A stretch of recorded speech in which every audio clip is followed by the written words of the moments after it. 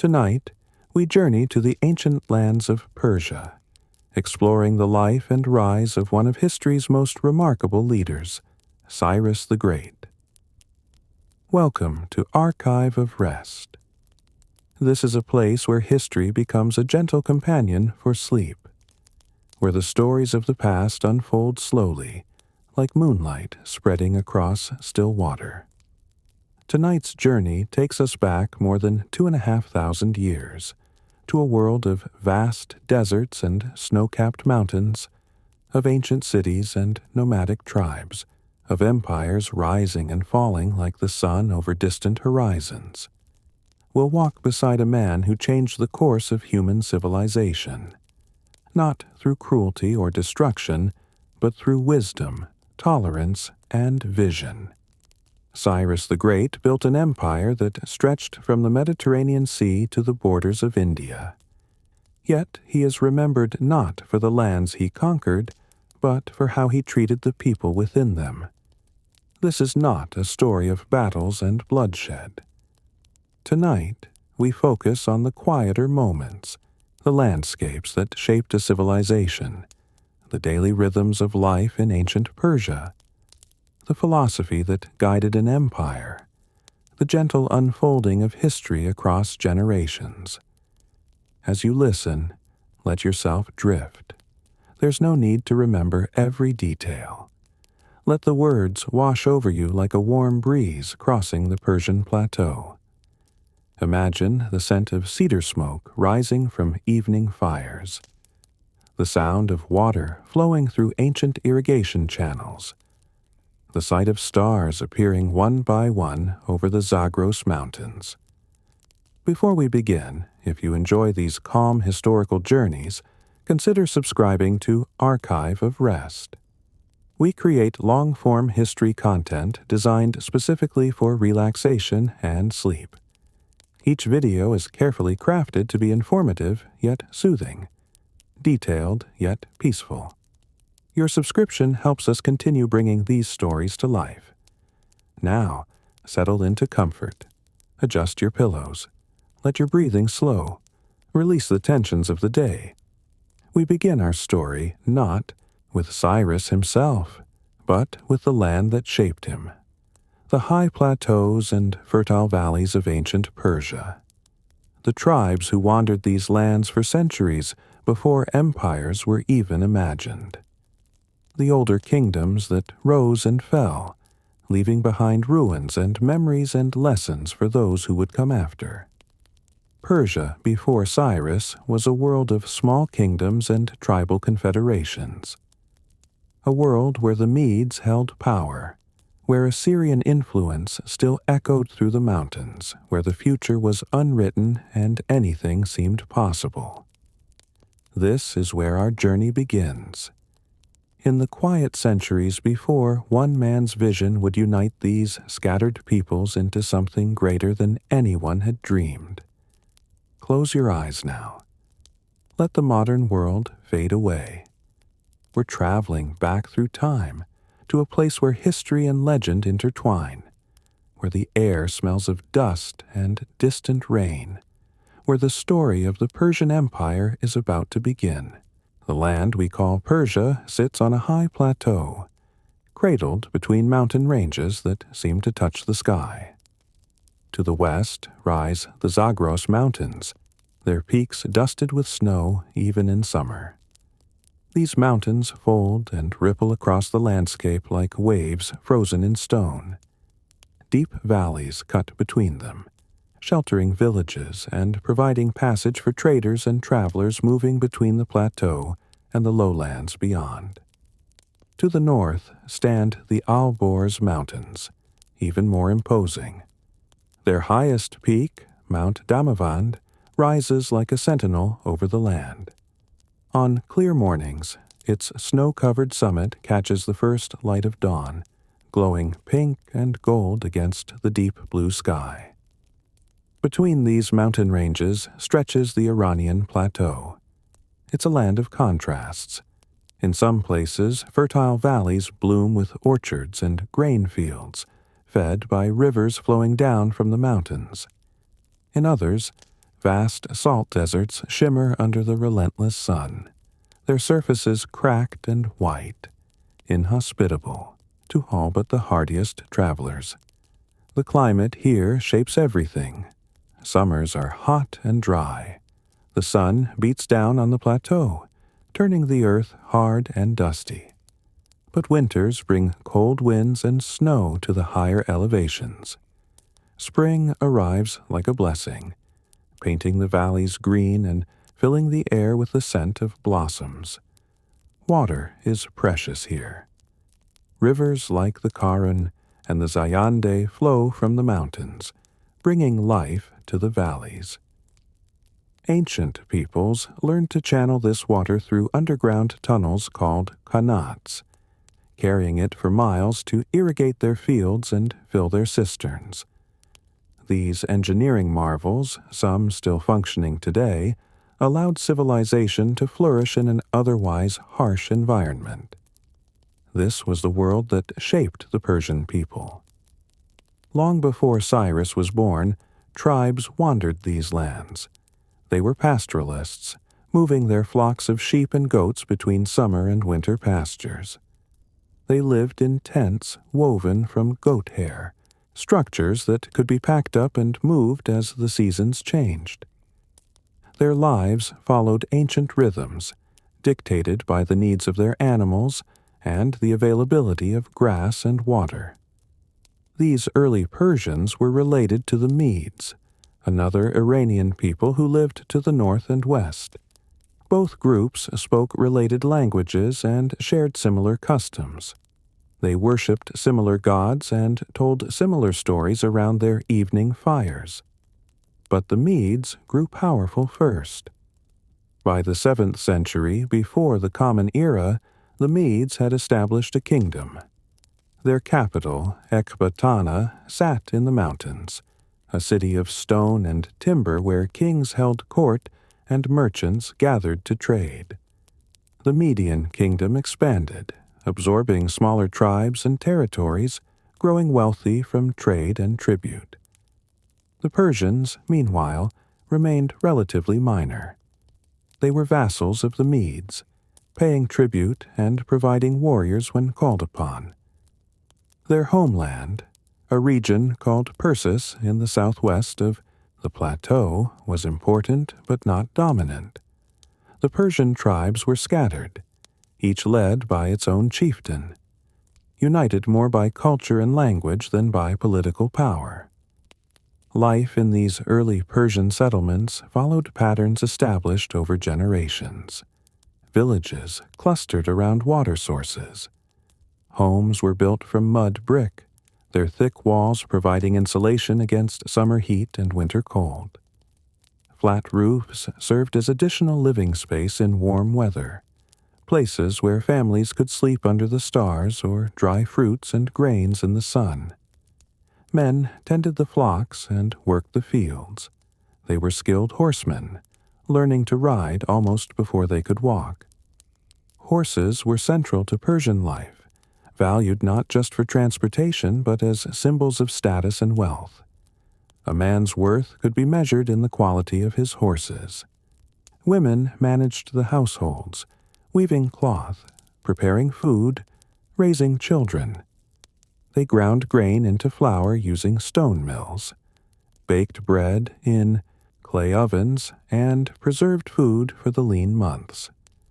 Their work was essential to survival, though history often overlooks their contributions.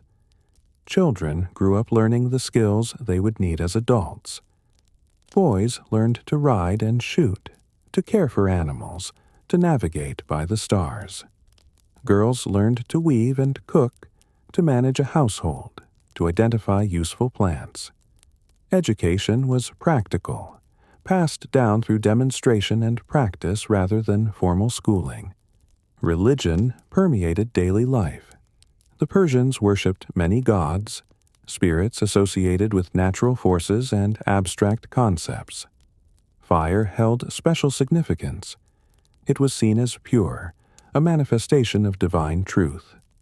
Families maintained small fires in their homes, tending them carefully, never allowing them to go out completely. Priests, called magi, served as intermediaries between the human and divine worlds. They performed rituals, interpreted omens, and advised chieftains on important decisions. Some scholars believe that Zoroastrianism, the religion that would later become central to Persian identity, was already taking root during this period, though its exact origins remain debated. The Zoroastrian prophet Zarathustra taught of a cosmic struggle between good and evil, between truth and lies. He preached that humans had free will, that they could choose which side to support through their thoughts, words, and deeds. This was a revolutionary idea in a world where most religions emphasized fate and the capricious nature of the gods. Whether Cyrus himself was a Zoroastrian remains uncertain, but the values of Zoroastrianism, particularly its emphasis on truth and justice, would echo through his reign. Trade routes crisscrossed the plateau, connecting distant regions. Caravans moved slowly across the landscape, their camels and donkeys laden with goods. They carried lapis lazuli from the east, cedar wood from the west, copper and tin for making bronze, textiles and spices and precious stones. These traders brought not just goods, but also ideas, stories, and news from distant lands. The Persian plateau sat at a crossroads. To the west lay Mesopotamia, the land between the rivers, where ancient civilizations like Assyria and Babylon had risen to power. To the east stretched the vast expanses of Central Asia. To the south, the Persian Gulf provided access to maritime trade routes reaching to India and beyond. This geographic position would prove crucial to Persia's future. But in the decades before Cyrus's birth, the Persians remained in the shadow of the Medes. They were a subject people, their potential unrealized, their destiny unwritten. The Median king, Astyages, ruled from his mountain capital. He was the grandson of Cyaxares, the king who had helped destroy the Assyrian Empire. The Medes were at the height of their power, confident in their dominance, unaware that change was coming. In the Persian heartland, in the region of Persis, a child would soon be born who would transform everything. The stage was set. The land lay waiting. The old order, stable for generations, was about to be overturned by a leader whose vision would reshape the ancient world. But that story begins with a birth, a prophecy, and a young man's journey from obscurity to greatness. Cyrus was born around 600 BCE, though the exact year remains lost to time. His birthplace was Anshan, an ancient city in the Persian heartland of Persis. The city sat in a fertile valley surrounded by mountains that turned purple in the evening light. Stone buildings lined narrow streets. Gardens bloomed behind high walls. Water flowed through channels, bringing life to orchards of pomegranate and fig. Cyrus came from royal blood on both sides of his family. His father was Cambyses I, a Persian king who ruled as a vassal under Median authority. Cambyses was known as a just ruler, respected by his people for his fairness and wisdom. He understood the delicate balance required to maintain Persian autonomy while acknowledging Median supremacy. His mother was Mandane, daughter of Astyages, the Median king. This marriage had been arranged to strengthen ties between the Medes and their Persian subjects. It was a political union, but one that would have profound consequences for the future of both peoples. The circumstances of Cyrus's birth became wrapped in legend. According to the Greek historian Herodotus, writing more than a century later, King Astyages had a troubling dream before Cyrus was born. He dreamed that his daughter gave birth to a son, and from that son grew a vine that spread across all of Asia, covering everything in its shadow. The king's advisers, the magi who interpreted such visions, told him the dream meant his grandson would one day overthrow him and rule in his place. Frightened by this prophecy, Astyages supposedly ordered that the infant be killed. But the nobleman tasked with this deed could not bring himself to murder a baby. Instead, he gave the child to a shepherd, instructing him to leave the infant in the mountains to die of exposure. The shepherd and his wife, however, had just lost their own newborn son. When they saw the royal infant, healthy and strong, they decided to raise him as their own. They buried their own dead child and told everyone that Cyrus had perished. This is the legend. The truth is likely simpler. Cyrus probably grew up in his father's household, raised as a prince, educated in the ways of leadership and warfare. But legends serve a purpose. They transform ordinary births into destiny. They suggest that greatness was inevitable, written in the stars before the first breath was drawn. Whether raised by shepherds or princes, Cyrus's childhood would have followed certain patterns. Persian boys were educated according to a strict code. They learned 3 things above all else: to ride horses, to shoot arrows, and to speak the truth. These were considered the foundations of a good man and a capable warrior. Riding came first. Boys were placed on horses almost as soon as they could walk. They learned to guide their mounts with subtle shifts of weight, to gallop across rough terrain, to wheel and turn in formation. The bond between a Persian warrior and his horse was sacred, built through years of daily contact and mutual trust. Archery required patience and discipline. Boys practiced for hours, drawing and releasing until their fingers bled and their shoulders ached. They learned to shoot from horseback, a difficult skill that required perfect timing and balance. A Persian archer could loose arrow after arrow while riding at full gallop, hitting targets that seemed impossibly distant. But speaking truth was considered most important of all. Persian culture valued honesty above almost every other virtue. To lie was shameful, a sign of weak character. Children were taught that their word was their bond, that reputation once lost could never be fully recovered. This emphasis on truthfulness would later become a cornerstone of Cyrus's rule.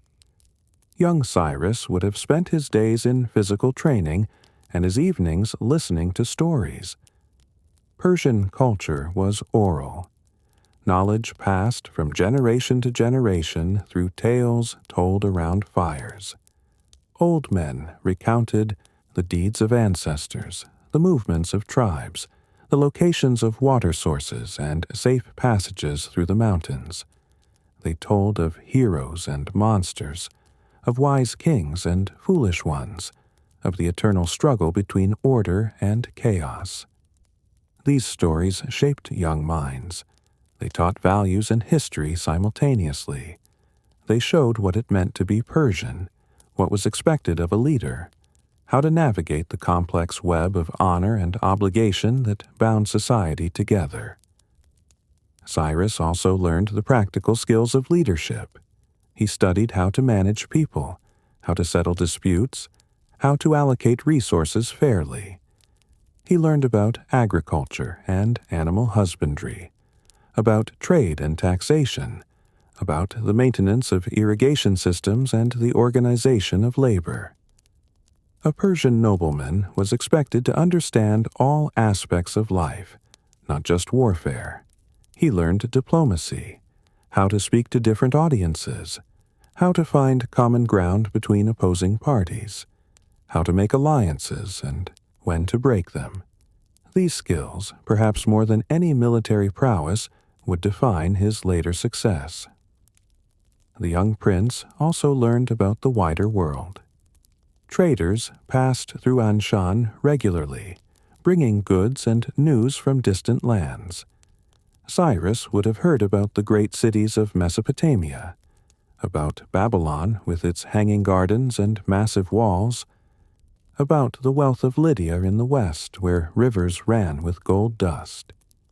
He learned about the Median kingdom that his grandfather ruled, about Ecbatana, the mountain capital where 7 walls surrounded the palace, each painted a different color, about the Median army, disciplined and strong, that had helped destroy the mighty Assyrian Empire. He learned that the Persians, his own people, were subjects, that they paid tribute to the Medes, that Persian kings ruled only with Median approval. This knowledge must have shaped his thinking, planted seeds that would later grow into ambition. As Cyrus grew into adolescence, he began to accompany his father on official duties. He sat in on councils where disputes were settled and decisions made. He watched how his father balanced the needs of his people against the demands of their Median overlords. He learned the art of compromise, but also the importance of knowing when to stand firm. He traveled through the Persian territories, visiting villages and tribal camps. He saw how people lived, what they needed, what they feared. He learned to listen more than he spoke, to observe carefully before acting. These journeys built his understanding of his people and their land. He also began his military training in earnest. Young Persian nobles served in the army, learning warfare from the ground up. They started as common soldiers, experiencing the hardships and dangers that ordinary men faced. This built solidarity and mutual respect between leaders and led. Cyrus learned tactics and strategy, how to read terrain, how to position forces for maximum advantage, how to supply an army on the march, how to maintain discipline without crushing spirit, how to inspire men to follow him into danger. But he also learned something more subtle. He learned that conquest was not just about defeating enemies. It was about what came after. How you treated the conquered determined whether they became loyal subjects or perpetual rebels. This insight would become central to his later success. The years passed quietly. Cyrus grew from boy to man. He married, though history records little about his wife. He had children, continuing his line. He served his father faithfully, preparing for the day when he would inherit the throne of Persis. But the world around him was changing. The Median kingdom, so long dominant, was showing signs of strain. King Astyages, Cyrus's grandfather, was growing old and increasingly erratic. His policies alienated nobles and commoners alike. Discontent simmered beneath the surface of Median society. In Babylon, a new king named Nabonidus had taken the throne. His religious reforms angered the powerful priesthood. Political instability rippled through Mesopotamia.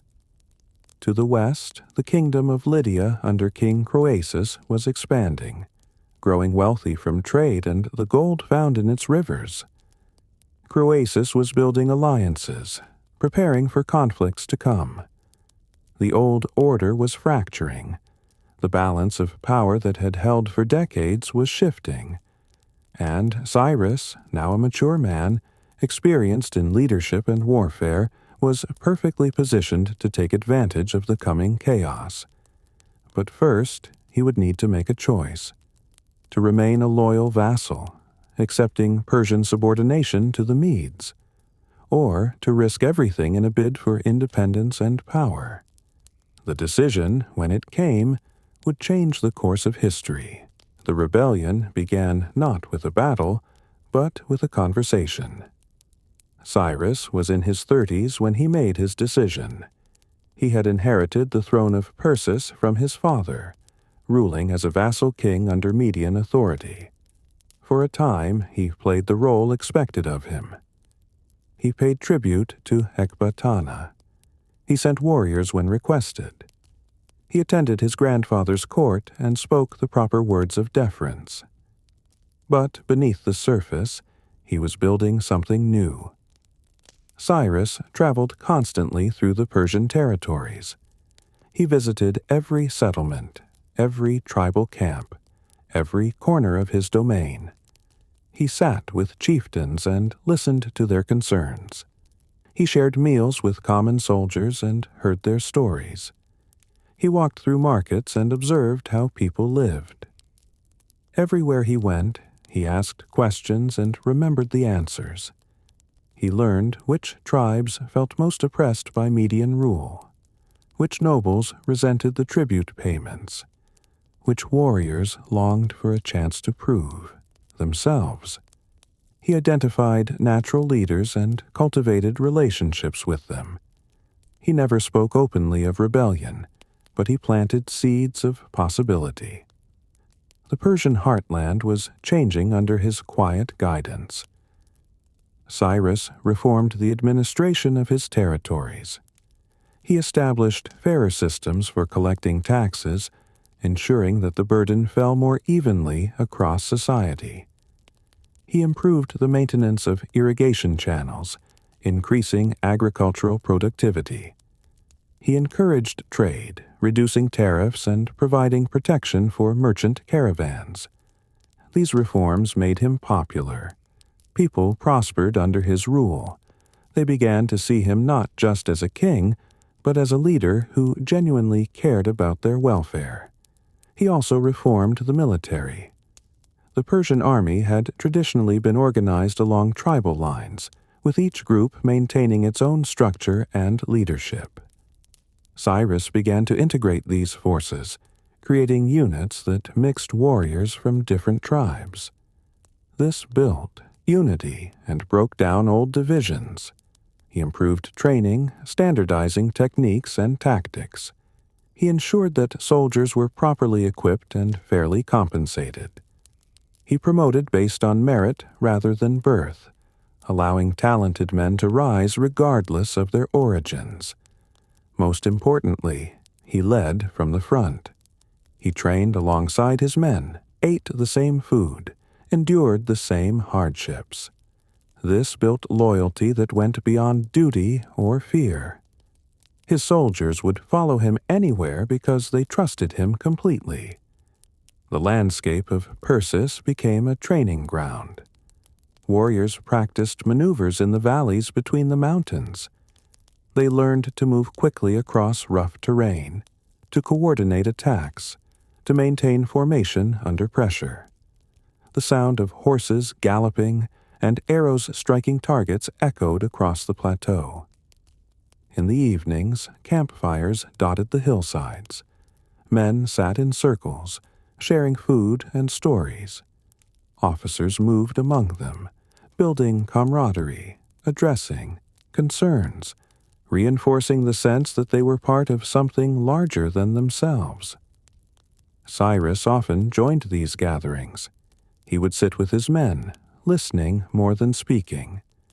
When he did talk, his words were simple and direct. He spoke of justice and freedom, of the greatness that Persians could achieve if they stood together. He never promised easy victories, but he made them believe that victory was possible. Meanwhile, in Ecbatana, King Astyages was making mistakes. The Median king had grown paranoid with age. He suspected conspiracies everywhere, seeing threats in every shadow. He purged his court of advisers, replacing experienced counselors with sycophants who told him only what he wanted to hear. He increased tribute demands on the Persian territories, straining their economies. He interfered in local governance, overruling decisions made by vassal kings like Cyrus.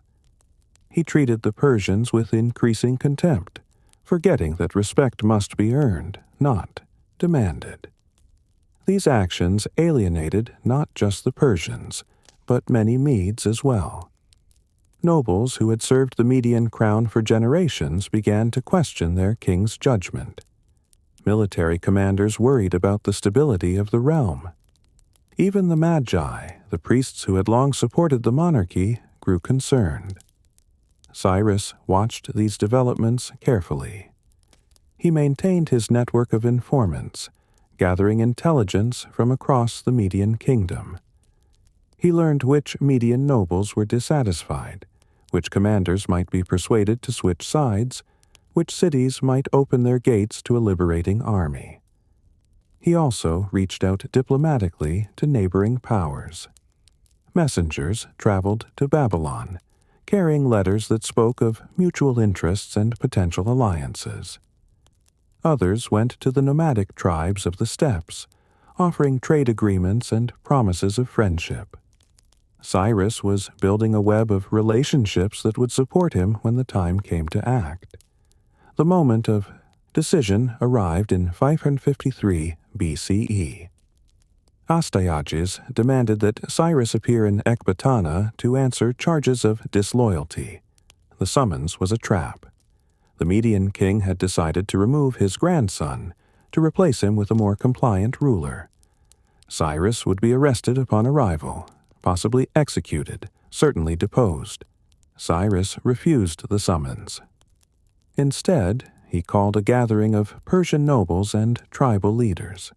They met in Pasargadae, a settlement in the heart of Persis that would later become Cyrus's capital. The meeting took place in an open field, with mountains rising in the distance and the spring sun warming the earth. Cyrus stood before his people and spoke plainly. He described the injustices of Median rule, the excessive tributes, the interference in Persian affairs, the lack of respect shown to a proud people.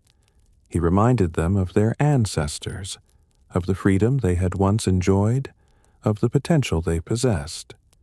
Then he asked a simple question. Would they follow him in seeking independence? The response was unanimous. The Persians would rebel, but Cyrus made it clear this would not be a war of conquest or revenge. They would fight for freedom, not domination. They would treat their enemies with respect, offering mercy to those who surrendered. They would build something better than what had come before. This message resonated deeply. It gave the rebellion a moral foundation that went beyond mere ambition. The Persian army mobilized quickly. Warriors gathered from across the territories, bringing their weapons and horses. Supply trains formed, carrying food and equipment.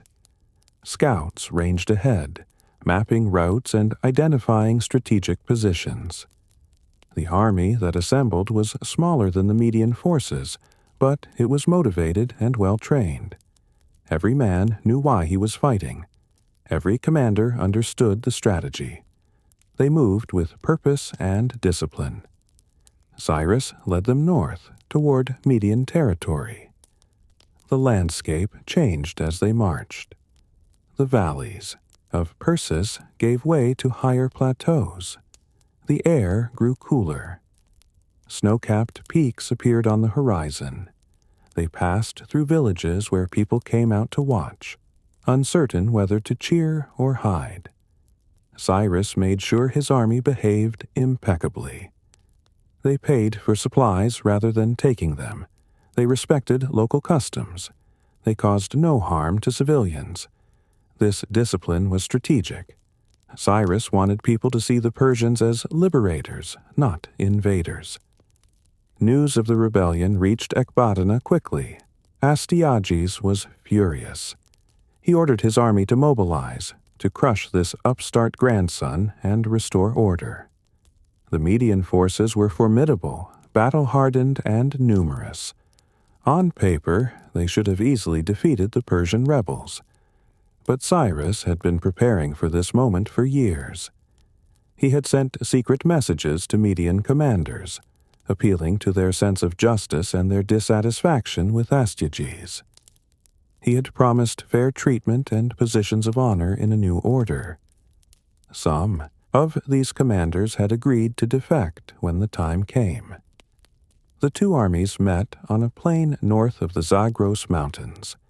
The Median forces arrayed themselves in traditional formation, cavalry on the wings, infantry in the center.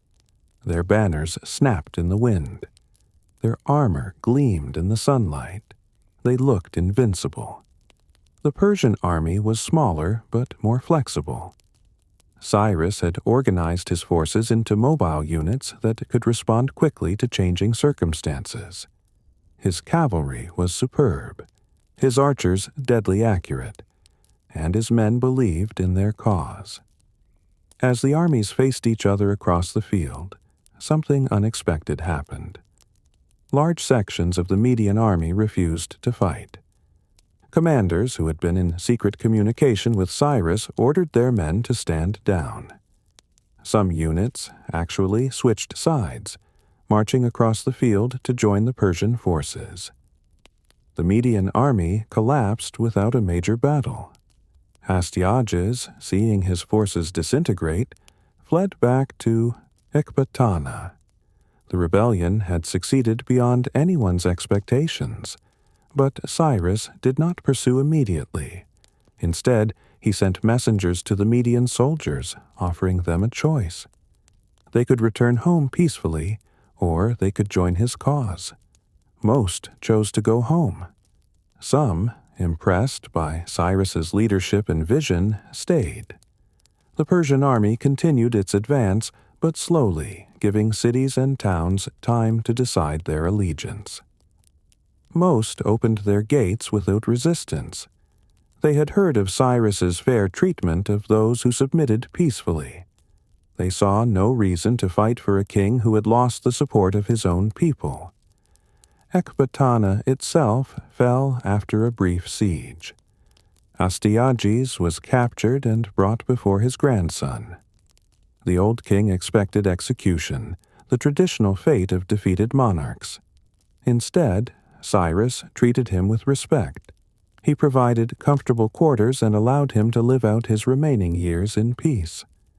This act of mercy shocked the ancient world. It demonstrated that Cyrus meant what he said about building a different kind of empire. The Median kingdom had fallen. The Persian Empire was born. And Cyrus, once a vassal king ruling a small territory, now controlled a vast realm stretching from the Persian Gulf to the Caspian Sea. But this was only the beginning. The rise to power was complete, but the work of building an empire had just started. The integration of the Median kingdom into the Persian realm was Cyrus's first great test as an empire builder. He could have ruled as a conqueror, imposing Persian customs and extracting wealth from his new subjects. Many leaders throughout history had chosen that path. It was simpler, more direct, and satisfied the desire for revenge that often follows conflict. Cyrus chose differently. He understood that lasting power came not from fear, but from consent. That an empire built on resentment would always be fragile, requiring constant military presence to maintain order. He wanted something more stable, more enduring. So he began a policy that would define his entire reign. He treated the conquered Medes not as subjects, but as partners. Median nobles retained their positions and properties. The administrative structures that had governed the Median kingdom remained largely intact. Cyrus simply placed himself at the top of the existing hierarchy rather than dismantling it. This continuity provided stability and reassured the Median elite that their world was not ending. He went further. He appointed Medes to high positions in his government. Median commanders led Persian troops. Median advisors sat on his council. He made it clear that talent and loyalty mattered more than ethnicity or origin. The city of Ecbatana became one of his capitals. He spent time there each year, holding the court in the palace where his grandfather had once ruled. The city's 7 colored walls still stood, still impressed visitors with their grandeur. But now they symbolized unity rather than Median dominance. This policy of inclusion extended to religion and culture. The Medes worshipped gods similar to those honored by the Persians. Cyrus made no attempt to suppress Median religious practices. Instead, he participated in their ceremonies, showing respect for their traditions. He understood that religion was deeply tied to identity, and that attacking someone's faith was the surest way to create lasting enmity. He also preserved Median cultural practices. Their language continued to be used in administration alongside Persian. Their festivals were celebrated. Their art and music flourished. The empire was becoming multicultural, a place where different peoples could maintain their identities while sharing a common political structure. Daily life in the newly unified realm gradually found its rhythm. In the cities, markets bustled with activity. Merchants from across the empire gathered to trade. Persian carpets exchanged hands alongside Median metalwork. Spices from the east met textiles from the west. The sound of different languages filled the air as deals were negotiated and friendships formed. Craftsmen worked in their shops, producing goods that blended Persian and Median styles. Potters shaped clay vessels decorated with motifs from both traditions. Weavers created fabrics that incorporated patterns from different regions. This cultural fusion created something new, something distinctly imperial rather than purely Persian or Median. In the countryside, farmers worked their fields as they always had. The change in rulers meant little to them in practical terms. They still planted in spring and harvested in fall. They still paid taxes, though Cyrus had made the system fairer and more predictable. They still worried about weather and water, about feeding their families and maintaining their homes. But there were changes, subtle but significant. Roads improved. Cyrus understood that an empire needed good communications.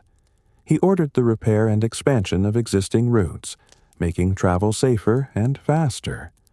Way stations were established at regular intervals, providing rest and supplies for travelers. These improvements facilitated trade and allowed for quicker movement of troops and messages. Security increased. Bandits had long plagued the trade routes, making commerce dangerous and expensive. Cyrus deployed patrols to protect travelers and punish raiders. The roads became safer, and trade flourished as a result. Legal reforms brought greater consistency. Different regions had operated under different laws, creating confusion and opportunities for injustice. Cyrus began the process of standardizing legal codes, ensuring that similar cases received similar treatment regardless of location. This was a gradual process, respectful of local customs, but it moved the empire toward a more unified system of justice. The Persian army continued to evolve. With the addition of Median forces, Cyrus had a much larger military at his disposal. He organized this expanded army carefully, mixing Persian and Median units to build cohesion and prevent the formation of ethnic factions that might threaten unity. Training intensified. Cyrus wanted his forces to be the best in the world. Warriors practiced constantly, honing their skills with bow and sword, perfecting their horsemanship, learning to work together seamlessly. The army became a meritocracy where ability determined advancement. The military camps themselves were models of organization. Tents were arranged in orderly rows. Sanitation was strictly maintained. Supplies were carefully managed. Discipline was firm but fair. Soldiers knew what was expected of them, and understood that their welfare mattered to their commanders. In the evenings, after training, soldiers gathered around fires. They shared stories and songs, building the bonds that would hold them together in battle. Persian and Median warriors learned each other's languages, discovered common ground, formed friendships that transcended their origins. Cyrus often visited these camps. He would arrive without fanfare, walking among the tents, talking with soldiers, listening to their concerns. He remembered names and faces. He asked about families back home. These small gestures built tremendous loyalty. The empire's borders were not yet secure. To the west lay Lydia, a wealthy kingdom ruled by King Croesus. To the east stretched vast territories inhabited by nomadic tribes. To the south, Babylon remained independent and powerful. Cyrus knew that expansion would be necessary, both for security and to fulfill the ambitions of his growing empire. But he approached expansion strategically, not recklessly. He sent diplomats before armies. He offered alliances and trade agreements. He tried to resolve disputes through negotiation rather than warfare. Only when diplomacy failed did he resort to military force.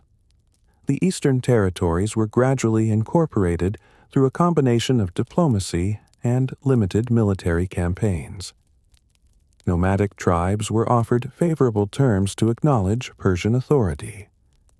Some accepted, seeing advantages in being part of a larger political structure. Others resisted and were defeated, but even in victory, Cyrus offered generous terms to those who surrendered. The empire expanded eastward across the Iranian plateau, reaching toward the borders of Central Asia. New peoples were brought into the fold, each adding their own character to the growing multicultural realm. With each expansion, Cyrus repeated his pattern of inclusive governance. Local leaders retained authority. Local customs were respected. Local religions were protected. The empire grew not through forced assimilation, but through a framework that allowed diversity to flourish within a unified political structure. Administrative systems grew more sophisticated. Cyrus appointed governors, called satraps, to oversee different regions.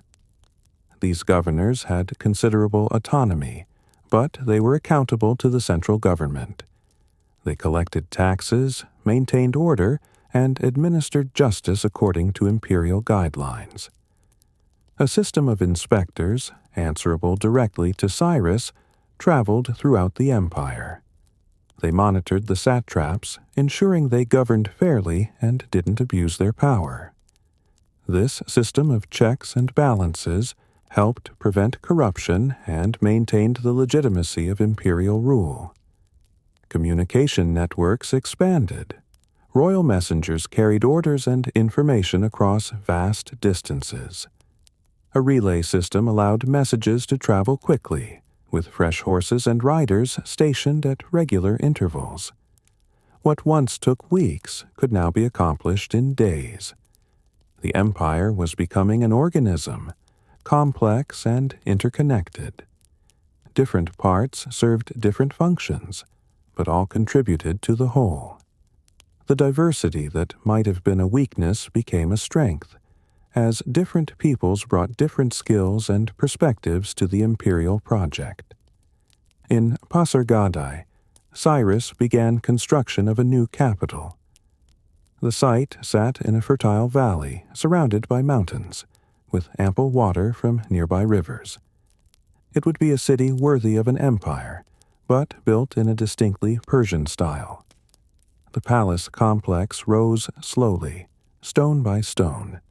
Gardens were planted, fed by sophisticated irrigation systems. Pavilions were constructed where the king could receive visitors and conduct business. The architecture was elegant but not ostentatious, reflecting Cyrus's preference for substance over show. life in the empire settled into new patterns. People adapted to the reality of living in a vast multicultural state. Trade flourished. Cities grew. The arts thrived. A sense of possibility filled the air, a feeling that something new and important was being built. But the greatest challenges still lay ahead. To the west, Lydia beckoned with its legendary wealth, and beyond Lydia lay the Greek cities of Ionia, gateways to an entirely different world. The empire was about to expand in ways that would test everything Cyrus had built. The kingdom of Lydia lay to the west, beyond the Zagros Mountains, in the region known as Anatolia. It was a land of rolling hills and fertile valleys, of rivers that carried gold dust down from the mountains, of cities that had grown wealthy from trade and mining. Lydia was famous throughout the ancient world for its riches. Its king, Croesus, was said to be the wealthiest man alive. Croesus ruled from his capital at Sardis, a city built on terraced hillsides overlooking a broad plain. The palace gleamed with gold and silver. The markets overflowed with luxury goods from across the known world. Lydian merchants traded as far as Egypt and Greece, bringing back exotic treasures and spreading tales of their kingdom's prosperity. The Lydians had invented coinage, stamping metal discs with official marks to guarantee their weight and purity. This innovation revolutionized trade, making transactions simpler and more reliable. Lydian coins circulated throughout the Mediterranean world, a dodois testament to the kingdom's economic influence. Life in Lydia was comfortable for those who had wealth. The climate was mild, with warm summers and gentle winters. Olive groves covered the hillsides. Vineyards produced wine that was prized across the region. The land was generous, and the people had learned to make the most of its gifts. In Sardis, wealthy families lived in spacious homes built around central courtyards. Fountains splashed in these courtyards, their sound mingling with the songs of caged birds. Servants moved quietly through the rooms, attending to their master's needs. Life moved at a leisurely pace, punctuated by festivals and feasts. The common people lived more simply, but even they benefited from Lydia's prosperity. Craftsmen found ready markets for their goods. Farmers sold their produce at fair prices. The kingdom's wealth trickled down through society, creating a general sense of well-being. But Croesus was worried. He had watched the rise of Cyrus with growing concern. The Persian conquest of Media had shifted the balance of power in the region. Where once there had been multiple kingdoms checking each other's ambitions, now there was a single unified empire on Lydia's eastern border. Croesus consulted the oracle at Delphi, as Greek rulers often did when facing important decisions. The oracle's response was famously ambiguous. If Croesus attacked Persia, a great empire would fall. Encouraged by this prophecy and confident in his wealth and military strength, Croesus decided to strike first. The Lydian army crossed into Persian territory in 547 BCE. They were well-equipped and well-trained, their armor polished, their weapons sharp. Croesus expected a quick campaign, perhaps forcing Cyrus to negotiate from a position of weakness. The two armies met in Cappadocia, in central Anatolia. The battle was fierce but inconclusive. Both sides suffered casualties, but neither gained a decisive advantage. As winter approached, Croesus decided to withdraw to Sardis, planning to resume the campaign in spring after gathering reinforcements from his allies. This was a mistake. Cyrus did not follow the usual conventions of ancient warfare, which typically paused during winter. Instead, he pursued the Lydian army immediately, giving Croesus no time to regroup or gather allies. The Persian army moved swiftly across the Anatolian plateau. They traveled light, living off the land, maintaining a pace that surprised everyone. By the time Croesus realized what was happening, Persian forces were already approaching Sardis. The final battle took place on the plain outside the city. Croesus deployed his cavalry, which included some of the finest horsemen in the world. The Lydian cavalry was his greatest strength, feared throughout the region for its skill and discipline. Cyrus countered with an unconventional tactic. He placed camels at the front of his formation. Horses, unfamiliar with the sight and smell of camels, often panic in their presence. The Lydian cavalry's horses did exactly that, becoming uncontrollable and throwing the entire formation into chaos. The battle turned into a rout. The Lydian army broke and fled back to Sardis. Cyrus laid siege to the city, which sat on a steep hill and was considered nearly impregnable. But Persian scouts found a path up the cliffs that the defenders had left unguarded, believing it too difficult to climb.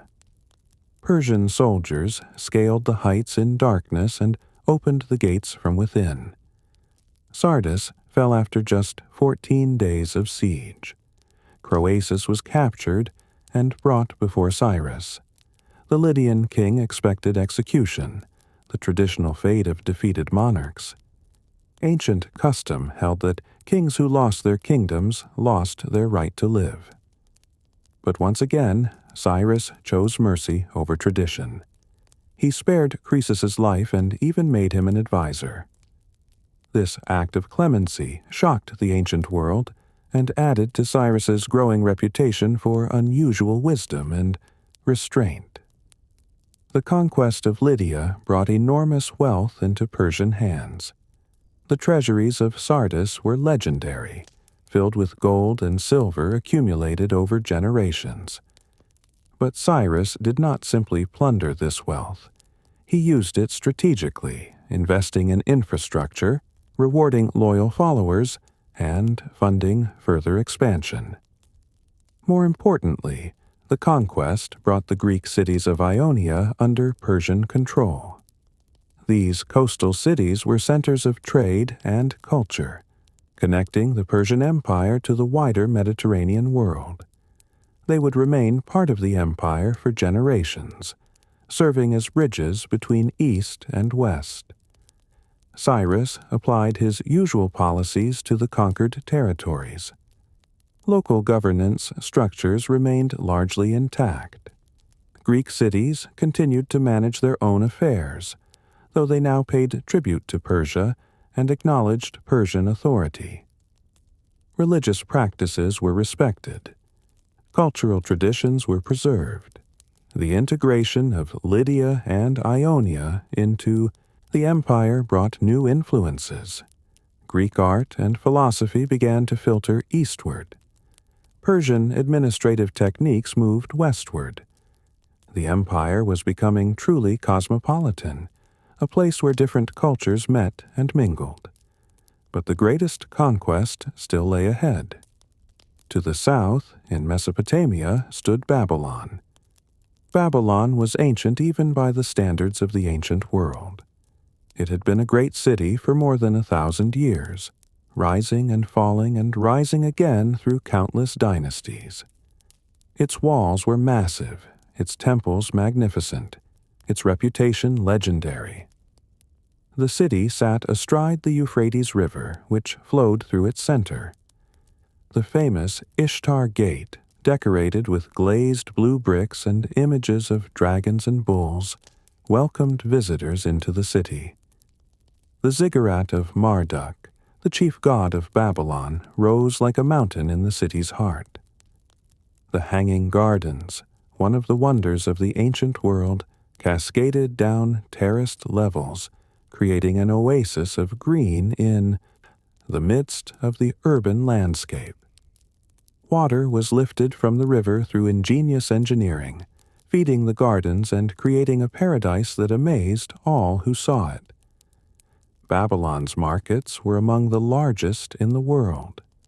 Merchants from India and Egypt, from Arabia and Anatolia, gathered to trade.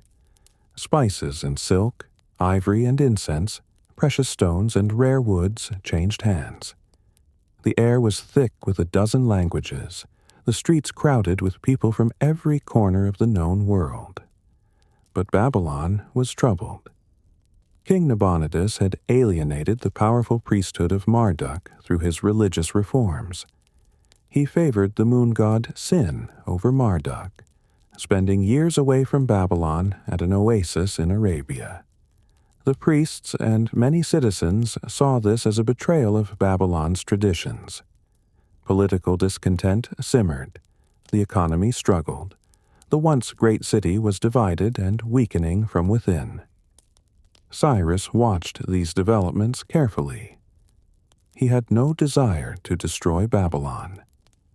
The city was too valuable, too important, too rich in history and culture.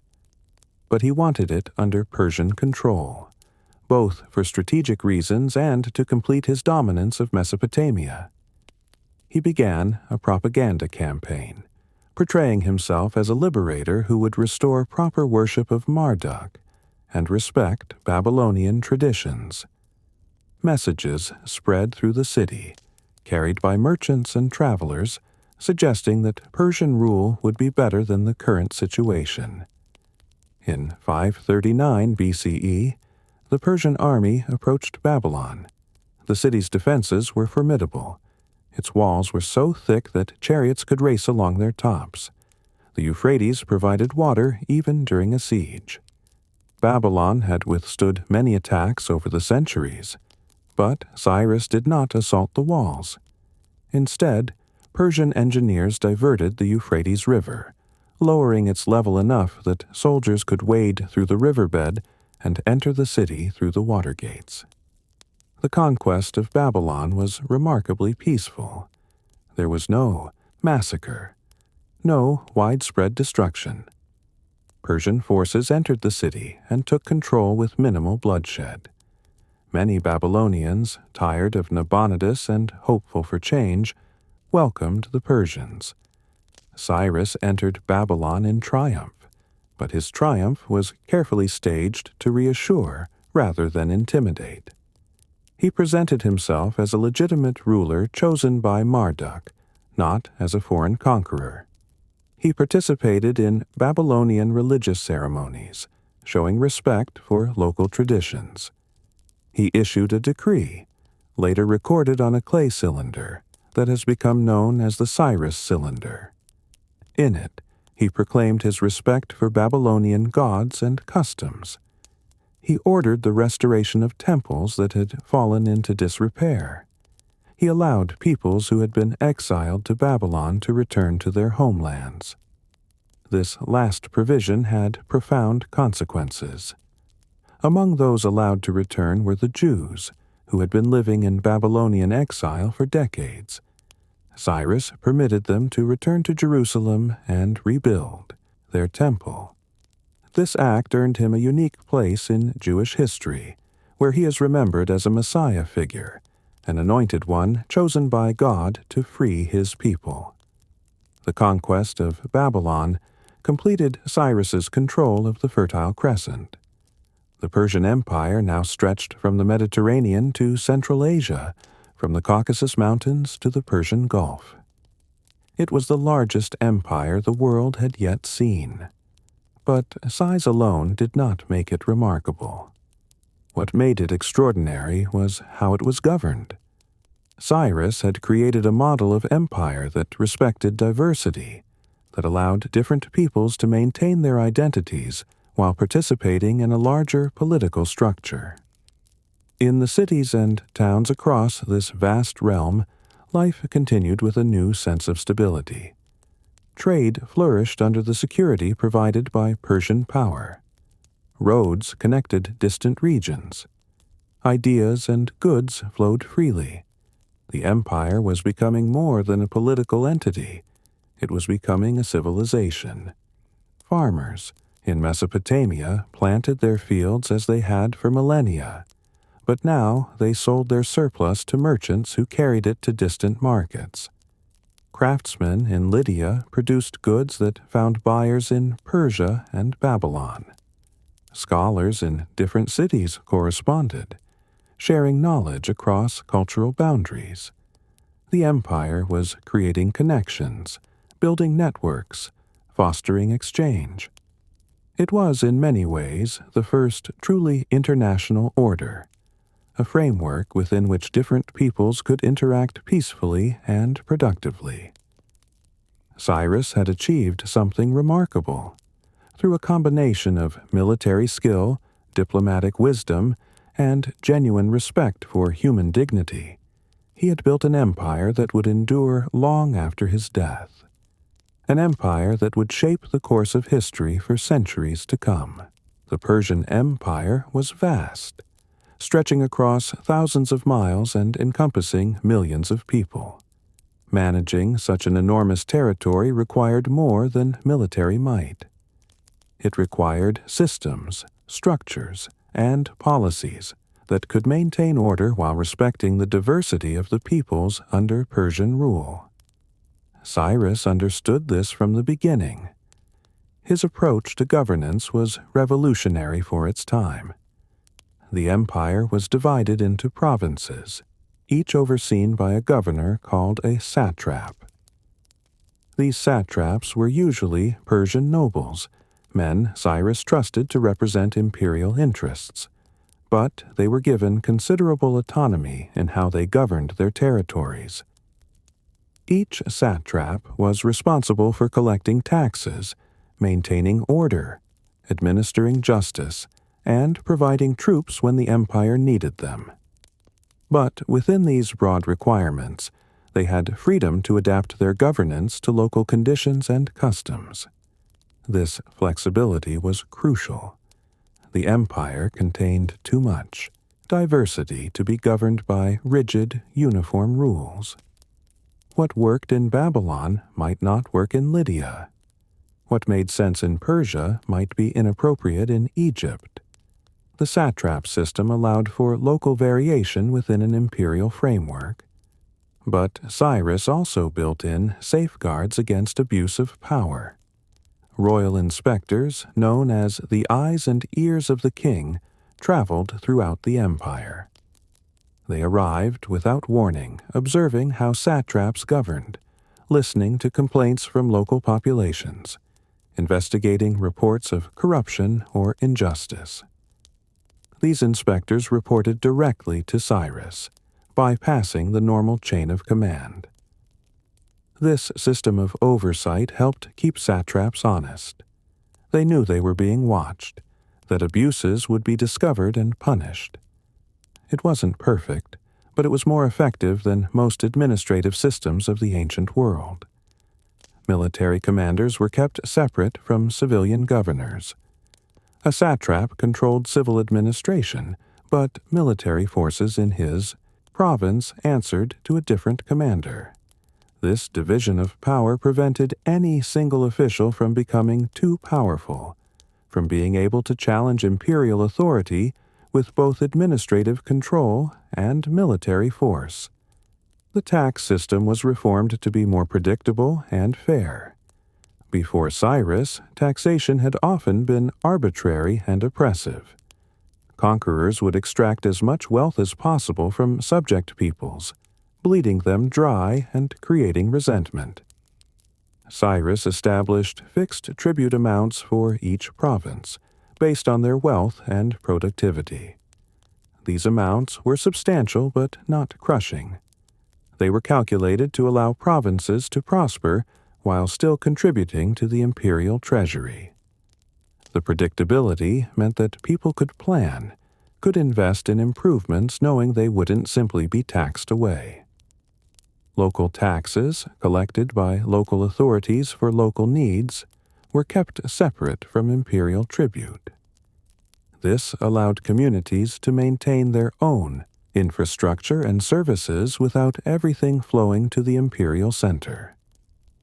Religious tolerance was perhaps Cyrus's most distinctive policy. Throughout the ancient world, conquerors typically imposed their gods on conquered peoples. Temples were destroyed, priests killed, religious practices suppressed. Religion and politics were inseparable, and accepting a new ruler meant accepting new gods. Cyrus rejected this approach entirely. He not only tolerated different religions but actively supported them. He funded the restoration of temples, participated in local religious ceremonies, and presented himself as chosen by whatever gods the local people worshipped. In Babylon, he honored Marduk. In other cities, he showed respect to other deities. This wasn't cynicism or manipulation. It reflected a genuine belief that different peoples could worship different gods, that religious diversity was natural and acceptable. This policy had practical benefits. It eliminated a major source of resistance to Persian rule. People who might have rebelled to defend their gods instead became loyal subjects of an empire that protected their religious freedom. The famous Cyrus cylinder, discovered in Babylon, proclaimed these policies in writing. The cylinder was a clay document inscribed with cuneiform script that served as a kind of founding charter for the empire. It declared Cyrus's respect for Babylonian traditions and gods. It announced the return of displaced peoples to their homelands. It promised just and peaceful governance. Modern scholars debate whether it should be considered the first declaration of human rights, but there's no doubt it represented a remarkably enlightened approach to imperial rule. Infrastructure development was another priority.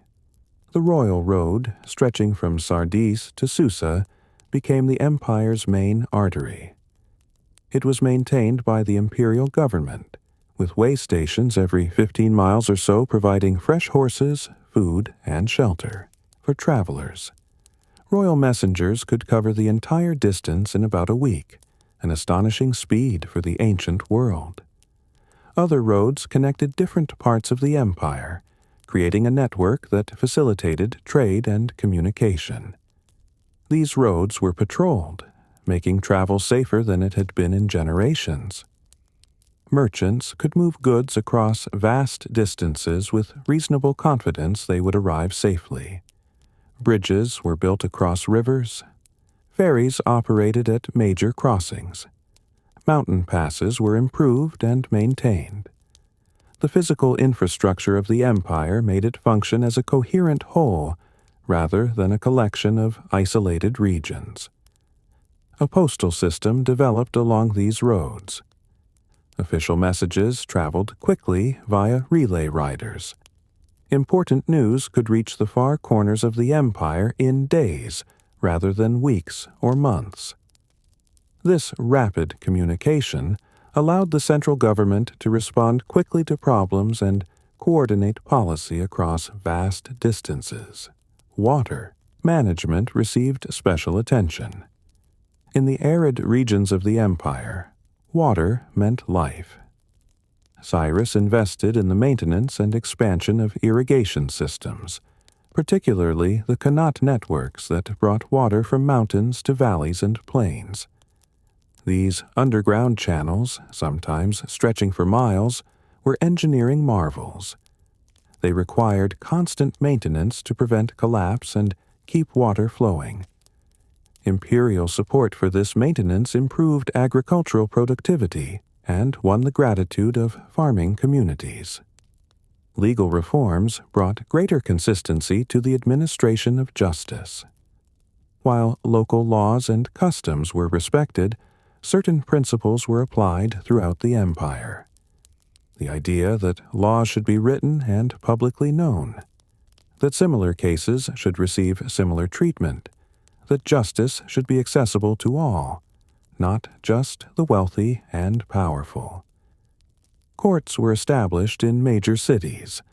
Judges were appointed based on their knowledge and fairness. Appeals could be made to higher authorities if local decisions seemed unjust. The system wasn't perfect, but it represented progress toward the rule of law. Language policy reflected the empire's diversity. Old Persian was the language of the ruling dynasty, but Aramaic became the lingua franca of administration. Aramaic was widely spoken across the western parts of the empire, and its alphabet was simpler than cuneiform, making it more practical for everyday use. Official documents were often written in multiple languages. The Behistun inscription, created by Cyrus's successor, was carved in Old Persian, Elamite, and Babylonian, ensuring it could be read by different peoples. This multilingual approach acknowledged the empire's diversity and made governance more effective. Trade flourished under these policies. The security provided by Persian power, combined with improved infrastructure and predictable taxation, created ideal conditions for commerce. Merchants could plan long-distance ventures with confidence. Markets expanded. New trade routes opened. Goods from India reached the Mediterranean. Egyptian grain fed Persian cities. Lydian metalwork found buyers in Babylon. The empire was becoming economically integrated, with different regions specializing in what they did best and trading for what they needed. Coinage spread throughout the empire. The Persians adopted and expanded the Lydian innovation, minting gold darics and silver segloi that became standard currencies across vast territories. This standardization made trade easier and more efficient. Cultural exchange accompanied economic integration. Ideas moved along the trade routes as surely as goods. Greek philosophy reached Persia. Persian administrative techniques influenced Greek city-states. Babylonian astronomy spread eastward. The empire was becoming a crucible of cultural synthesis. Cyrus's capital at Pasargadae reflected his vision. The palace complex was elegant but not overwhelming. Gardens surrounded the buildings, fed by sophisticated irrigation systems. The architecture blended Persian traditions with influences from conquered territories. An inscription at Pasargadae read simply, "I am Cyrus, the king, and Achaemenid." No boasting about conquests, no claims of divine status, just a straightforward statement of identity. This modesty was characteristic of Cyrus's approach to power. The empire Cyrus built was not perfect. There were still injustices, still abuses of power, still suffering. But by the standards of the ancient world, it was remarkably humane and well-governed. It created space for different peoples to flourish while maintaining overall unity and order. This was Cyrus's greatest achievement. Not the extent of his conquests, impressive as they were, but the creation of a system that could govern diverse peoples justly and effectively.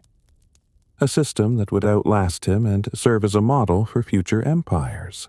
Cyrus died in 530 BCE, while campaigning in Central Asia against nomadic tribes along the empire's northeastern frontier.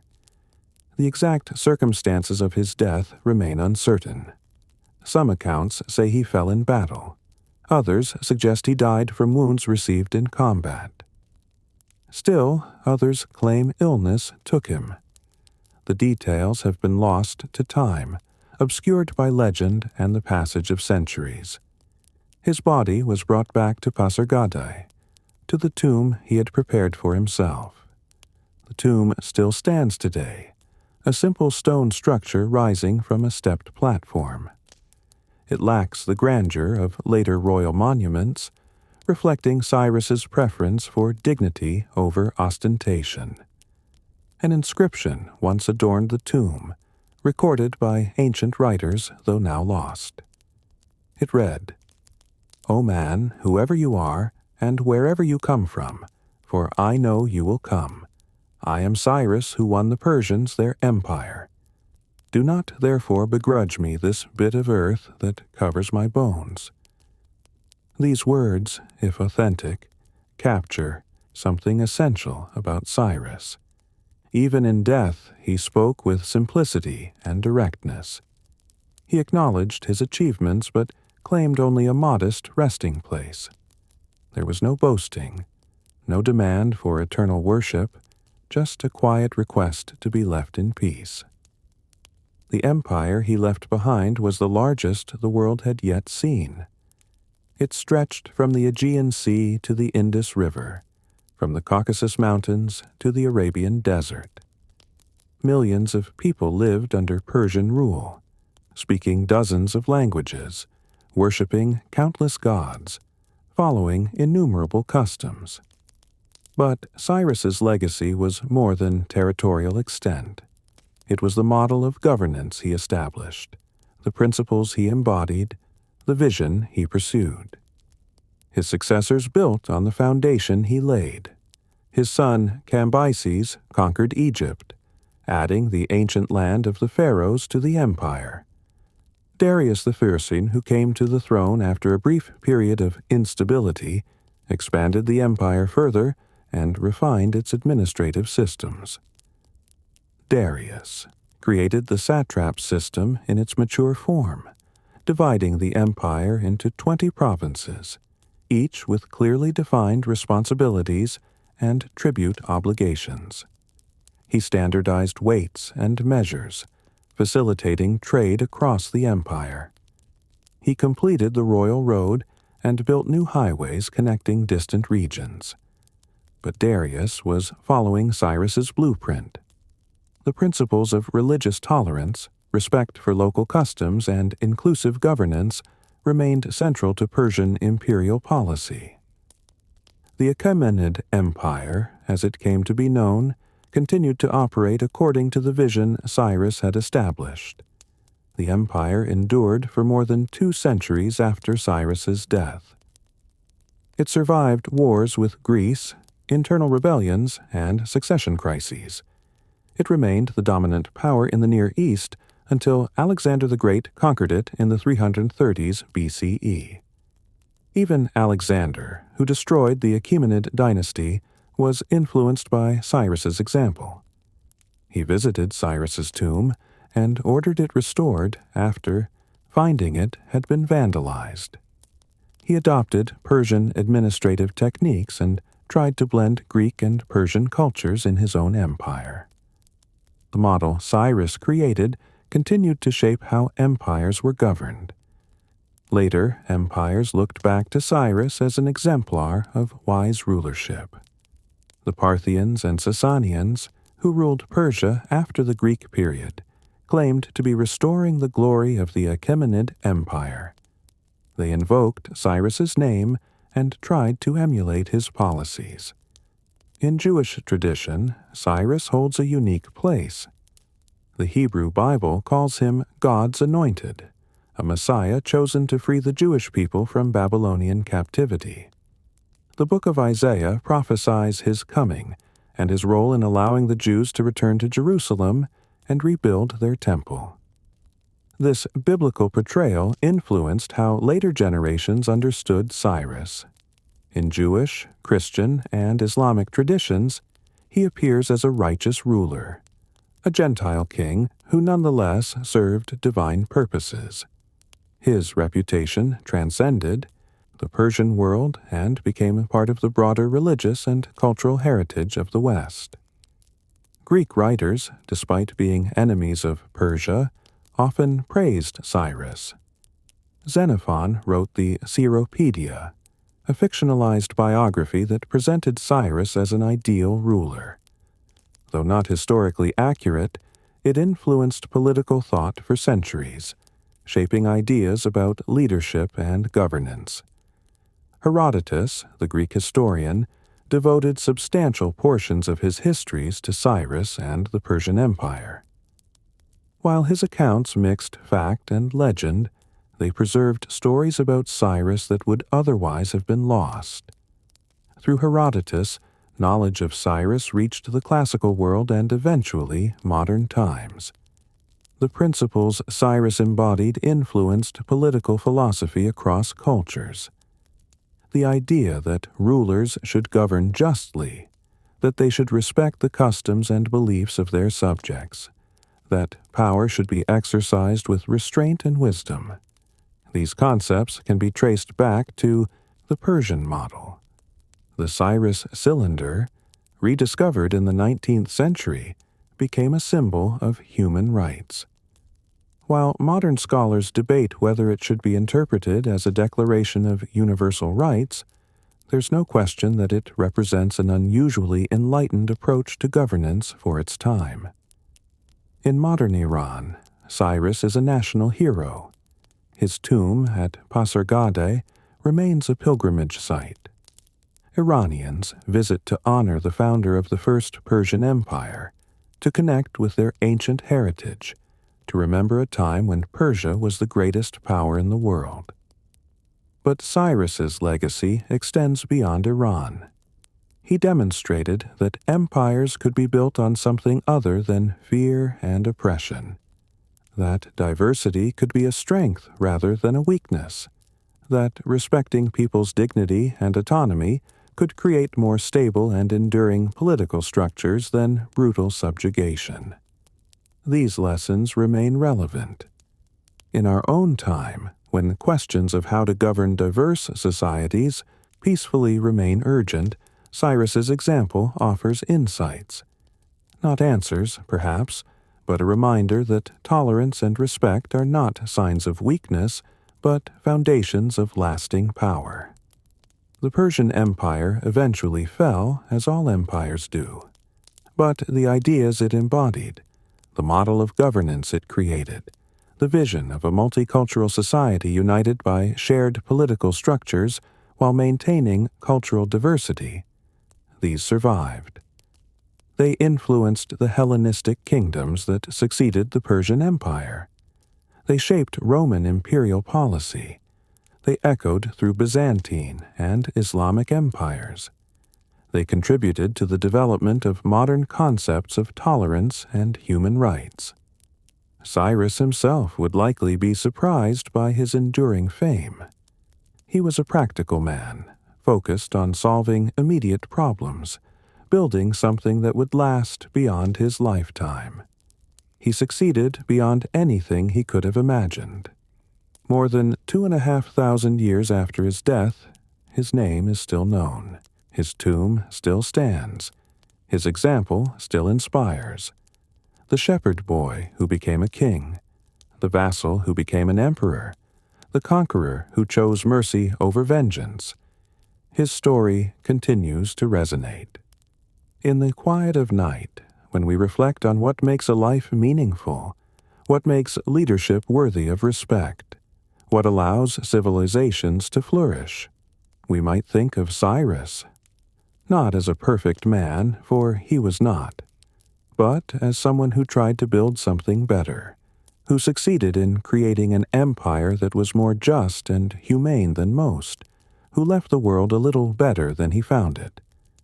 That, perhaps, is the truest measure of legacy. Not the extent of conquests or the accumulation of wealth, but the positive impact on human lives, the creation of systems that allow people to flourish, the demonstration that power can be exercised with wisdom and restraint.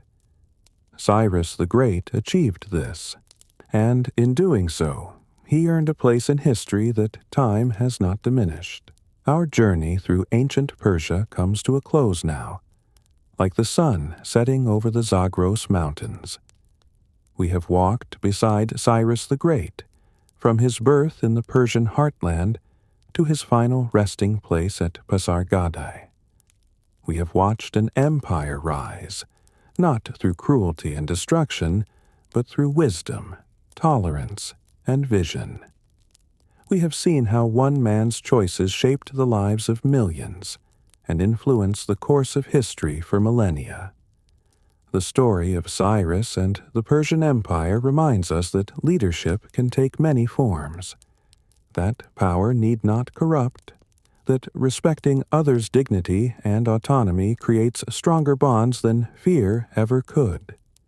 These lessons, learned more than 2,000 years ago, still echo through time. Imagine now the Persian plateau at twilight. The mountains cast long shadows across the valleys. The air cools as the sun disappears beyond the western horizon. In villages scattered across the landscape, families gather for their evening meals. Smoke rises from cooking fires, carrying the scent of bread and roasted meat. In the cities, lamps are lit as darkness falls. Markets begin to close, merchants packing away their goods, counting the day's earnings. The sounds of commerce fade, replaced by quieter evening rhythms. Children's laughter, conversations between neighbors, the distant call of a night bird. The roads that connect this vast empire grow quiet. The last travelers of the day reach their destinations, grateful for shelter and rest. Way stations welcome them with food and warm fires. Stories are shared, news exchanged, connections made between strangers who will part in the morning and likely never meet again. In Pasargadae, in the palace gardens, water flows through channels, its gentle sound a constant presence. The gardens are dark now, but the scent of flowers still perfumes the air. Somewhere in the distance, a guard walks his rounds, his footsteps soft on stone pathways. The tomb of Cyrus stands silent under. The stars. The same stars that guided Persian shepherds across the plateau, that watched empires rise and fall, that will continue to shine long after all human works have crumbled to dust. The tomb is simple, dignified, enduring. Like the man it honors. Across the empire, in 1,000 different places, people sleep. Farmers exhausted from their labors, merchants dreaming of profitable ventures, soldiers far from home, thinking of families they will see again when their service ends, children nestled against their mothers, safe and warm. They sleep under Persian rule, in an empire that allows them to worship their own gods, speak their own languages, follow their own customs. An empire that is not perfect, but that tries to govern justly. An empire built on a vision of unity through diversity, of strength through respect. This is the world Cyrus created.